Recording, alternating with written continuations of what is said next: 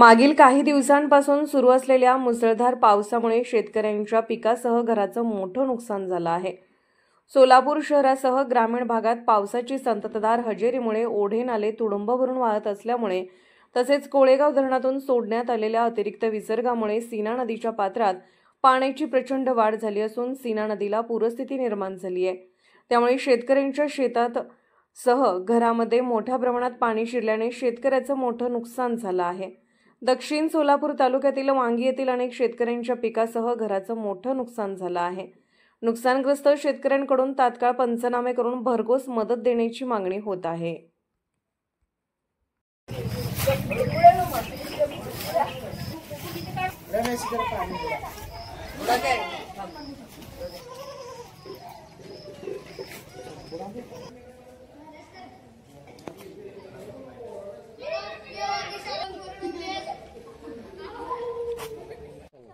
श्यामल शामराव हांडे।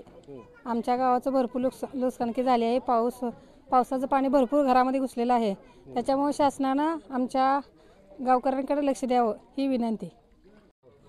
रुक्मिणी चंद्रभान भुई, गाव वांगी। 2 दिवस झालं घरात पाणी आहे।